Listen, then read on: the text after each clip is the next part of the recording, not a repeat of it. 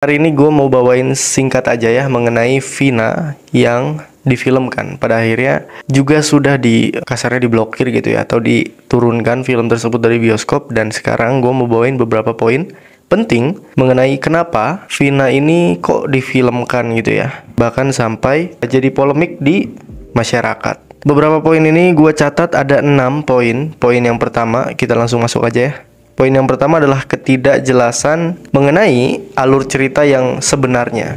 Seperti yang lo tahu, ini tuh mencuat dari awalnya dari Facebook, sebuah video mengenai kesurupannya seorang sahabat Vina. Terus beliau bilang lah, saya diseret, terus dipukul, terus dijedot ke motor dan segala macamnya.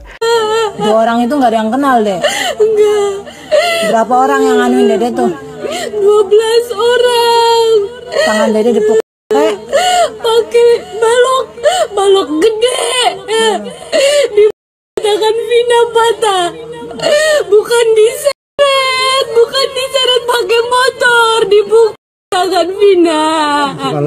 kepalanya sih Dede, kepalanya kenapa diapain Dede kepalanya? Tadinya Dibanturin kemana? ke motor, terus ke aspal. Ya, kronologis yang dibuat oleh siapa sahabatnya Vina tuh, si Linda ya kalau nggak salah. Dan kemarin juga gue lihat kesurupan lagi tuh orang.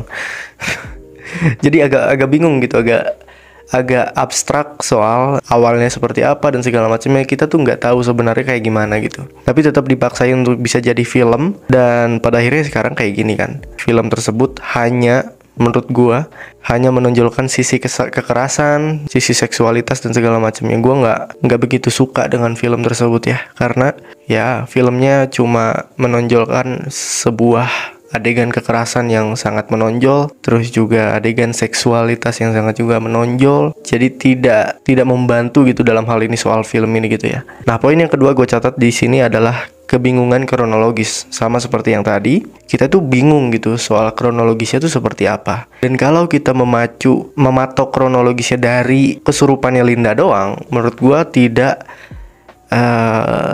pasti gitu. Orang kesurupan bisa ngomong apa aja, maksud gue. Dan orang kesurupan gitu nggak pasti dari arwahnya si Vina juga gitu, maksud gue. Apalagi untuk orang-orang yang tidak percaya mengenai hal tersebut, seperti gue orang yang nggak percaya dengan hal-hal seperti itu. Dan poin yang ketiga, gue mau bilang bahwa cuan yang sangat besar di momen yang besar. Cuan yang gue maksud adalah film ini sama halnya seperti orang-orang yang mengambil keuntungan di momen yang sedang hangat gitu dibicarakan. Jadi ketika momennya meledak, terus tiba-tiba ada filmnya, berarti kan dibuatnya tidak dengan serius, dibuatnya hanya terpatok dengan kesurupan tadi. Dan sayangnya semua orang Indonesia tuh penasaran gitu, apa yang terjadi, seperti apa, bagaimana dan segala macamnya. Dibuatlah film ini meledak, orang-orang banyak yang gak suka, orang-orang banyak yang suka. Jadi ya keuntungan yang sangat-sangat besar menurut gue yang diambil oleh pembuat film ya. Gue gak tahu apakah siapa ya nama pembuat filmnya, kalau nggak salah Anggi Umboro atau siapa gitu namanya, tapi nggak penting itu semua. Poin yang keempat adalah tidak ada bukti video atau rekaman atau bahkan foto saja tidak ada buktinya gitu bahwa itu beneran terjadi. Dan itu semua hanya asumsi berdasarkan kesurupan tadi, cerita yang dibuat. Mungkin itu semua bisa saja benar terjadi gitu, bisa saja memang seperti itu kejadiannya, tapi karena tidak ada bukti rekaman video ataupun foto, ya ini semua jadi kebingungan gitu. Kita kebingungan, polisi kebingungan gitu kan. Sayangnya di tengah-tengah kebingungan kita ini, kita penasaran dengan hal tersebut, makanya dibuatkan film dan film ini jadi meledak. Oke, poin yang kelima adalah asumsi liar dari penulis film atau sutradara. Maksud gua di sini adalah ya karena itu tadi ada beberapa poin penting yang alur ceritanya nggak jelas, kronologisnya nggak jelas, momen besar, dan juga rekaman bukti atau video atau foto pun nggak ada. Jadi penulis pun bisa liar berasumsi seperti apapun dan membuat naskah seenak jidat gitu. Dan film ini jadi banyak yang nggak suka, banyak yang komentar negatif terkait hal ini gitu, terkait film ini. Jadi orang-orang skeptis terhadap hal tersebut gitu ya. Maksud gue, orang yang percaya akan hal tersebut aja nilai film ini jelek gitu, negatif lah. Apalagi gue yang tidak mempercayai hal-hal goib dan segala macamnya. Karena nggak ada bukti sama sekali, nggak ada saksi, nggak ada bukti video, foto, nggak ada apa-apa gitu. Cuma ada kesurupan yang dijadikan seolah-olah kronologis sebenarnya. Oke. Ini poin terakhir adalah hal-hal mistis yang masih sangat-sangat dipercayai oleh banyak orang. Gue nggak bisa menyayangkan akan hal ini sebenarnya, karena memang banyak sekali orang yang mencintai, menyukai, mengikuti hal-hal goib dan mistis seperti ini. Contohnya di video gue yang kemarin, yang ini, video ini banyak banget hujatannya. Ada yang nonton dan ada yang hujatan terhadap gue karena mereka percaya. Alasannya cuma itu, mereka percaya dengan apa yang dipertontonkan gitu. Kayak contohnya Ningsih Tinampi gitu. Maksud gue ngobatin orang dengan ha. Orang-orang masih percaya dan masih membela akan hal tersebut.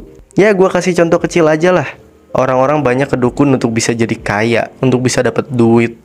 Atau orang-orang datang ke dukun untuk bisa dapetin cewek atau cowok gitu, yang kaya juga, yang cantik juga. Kita analogisin kayak makan aja deh gitu. Maksud gua, kalau lu mau makan, lu berdiri, lu beli ke warteg, bukan ke dukun. Kalau ke dukun, masalahnya bukannya beres gitu ya, tapi malah belibet gitu. Karena kalau ke dukun harus ada syarat ini, syarat tumbal ini dan segala macemnya. Ribet. Itu pun kalau beneran kejadian gitu maksud gua. Dan orang-orang ini percaya akan hal tersebut. Gua tidak mempercayakan hal tersebut. Kalau gue mau makan, kalau gue pengen dapet cewek cantik, ya gue gerak aja, gue cari cewek cantiknya. Kalau gue pengen kaya, ya gue gerak kayak gini gitu. Gue bikin video buat kaya gue. Walaupun kapan tahu gue kaya ya. Apa gue harus ke dukun? Tapi ya itulah, ada 6 poin yang akan gue ulangi lagi. Yang pertama adalah ketidakjelasan alur cerita. Yang kedua adalah kebingungan kronologis. Yang ketiga adalah cuan besar di momen besar. Yang keempat adalah tidak ada bukti video ataupun foto. Yang kelima adalah asumsi liar dari sang penulisnya. Dan yang keenam adalah orang-orang masih sangat mempercayai hal-hal mistis seperti ini. Makanya film Vina benar-benar meledak sekali karena penasaran. Ya, itu aja untuk hari ini. Mungkin ini video masih akan panjang. Gua uploadnya mungkin tanggal 25 mungkin ya. Atau mungkin 30-an, tanggal 30 kayaknya. Karena gua lagi kena banned, kena suspend oleh YouTube 2 minggu. Yang artinya ketika gua bikin video yang berbahaya lagi, gua akan disuspend atau dihapus channel ini oleh YouTube. Oke teman-teman, kalau mau lu support gue, lu bisa subscribe ya, ataupun like atau dislike terserah. Dan yang paling penting lu bisa komen, karena semua pendapat gue bisa tampung, semua opini jelek ataupun bagus gue bisa tampung. Ya, itu aja teman-teman, gue Riva Fauzi. Kita akan ketemu lagi di next episode dari channel Riva Fauzi atau channel Siniar Belasan Menit. Karena channel Riva Fauzi ini channel backupan daripada Siniar Belasan Menit ya. Itu aja dan ciao.